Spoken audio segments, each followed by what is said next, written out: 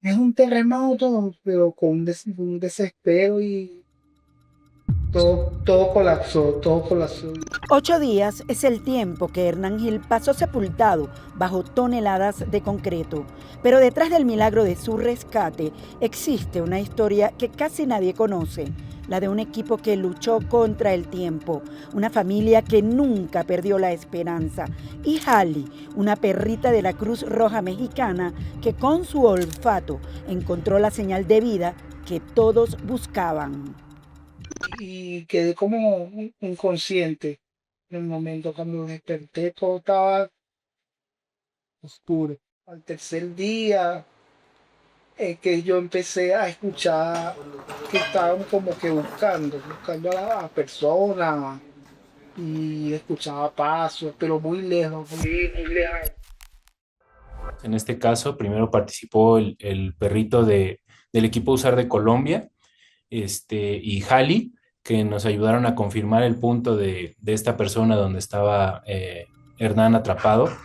Pero encontrar a Hernán no solo era salvarlo, era otra historia, lo que nadie vio antes de que Halley entrara a esa estructura colapsada. Fue una operación contra el tiempo. Los equipos debieron confirmar que el lugar no podía convertirse en una trampa mortal para ella. Revisaron gases, cables energizados, productos químicos y cada posible riesgo de derrumbe. Solo cuando el área fue segura, Halley entró con su olfato entre toneladas de escombros y más de 180 horas de angustia. Entonces se tenía que asegurar primero el área de trabajo y sumado a esto, enfrente de ese edificio teníamos otro edificio que estaba por colapsar, que se estuvo inclinando durante las operaciones alrededor de 15 centímetros y se estaba inclinando justo hacia la zona de trabajo. Entonces fue un monitoreo constante durante todo el tiempo que duró el rescate, tanto del interior donde estábamos trabajando como de este edificio aledaño que estaba por volcar de igual manera. Entonces eso fue lo que complicó muchísimo la operación. Localizar a Hernán fue apenas el principio. Una vez que Halley marcó el lugar donde seguía con vida, comenzó la parte más peligrosa del rescate, llegar hasta él. Exigía remover los escombros sin provocar un nuevo colapso.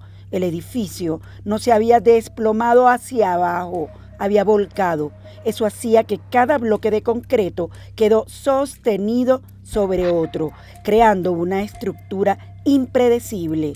Los rescatistas avanzaban centímetro a centímetro, sabiendo que retirar un solo bloque podía desencadenar otro derrumbe.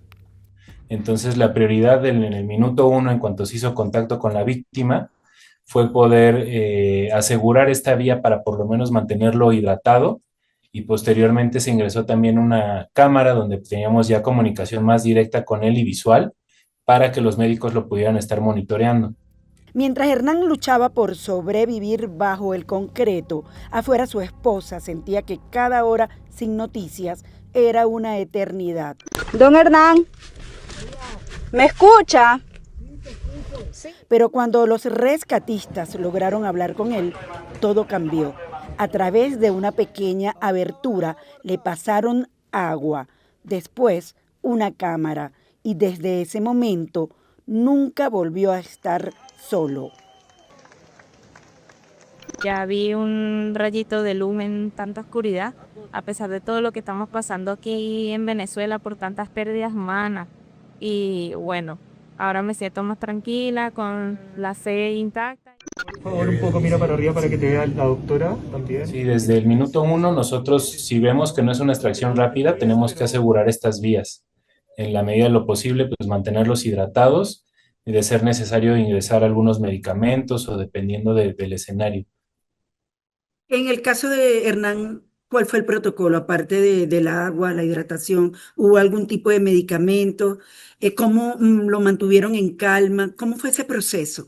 ¿Y qué te dejó a ti? Pues sobre todo, o sea, la atención médica que se brindó fue una vez que estuvo afuera, únicamente se hidrató ya con soluciones intravenosas, pero sobre todo lo que procuramos entre todos los equipos, como nos estábamos turnando a la hora de ingresar, Esa era la parte de estar hablando con él, de darle ánimo, de explicarle todo lo que estábamos haciendo. La supervivencia de Hernán estuvo en riesgo, bajo los escombros. Él sentía cómo las réplicas amenazaban con sepultarlo definitivamente. Yo sentía la réplica y sentía que la pared ya estaba, me estaba, me estaba prácticamente arrollando. Yo estaba ahí, pues.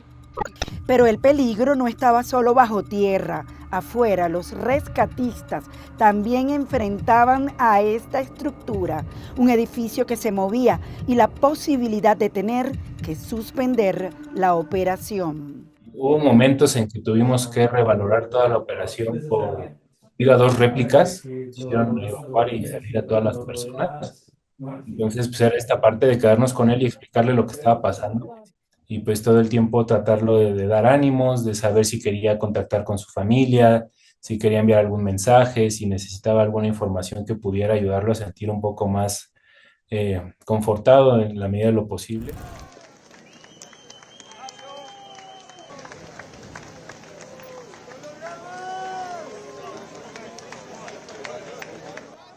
Parecía que lo más difícil ya había pasado, pero para los médicos la verdadera carrera contra el tiempo apenas comenzaba.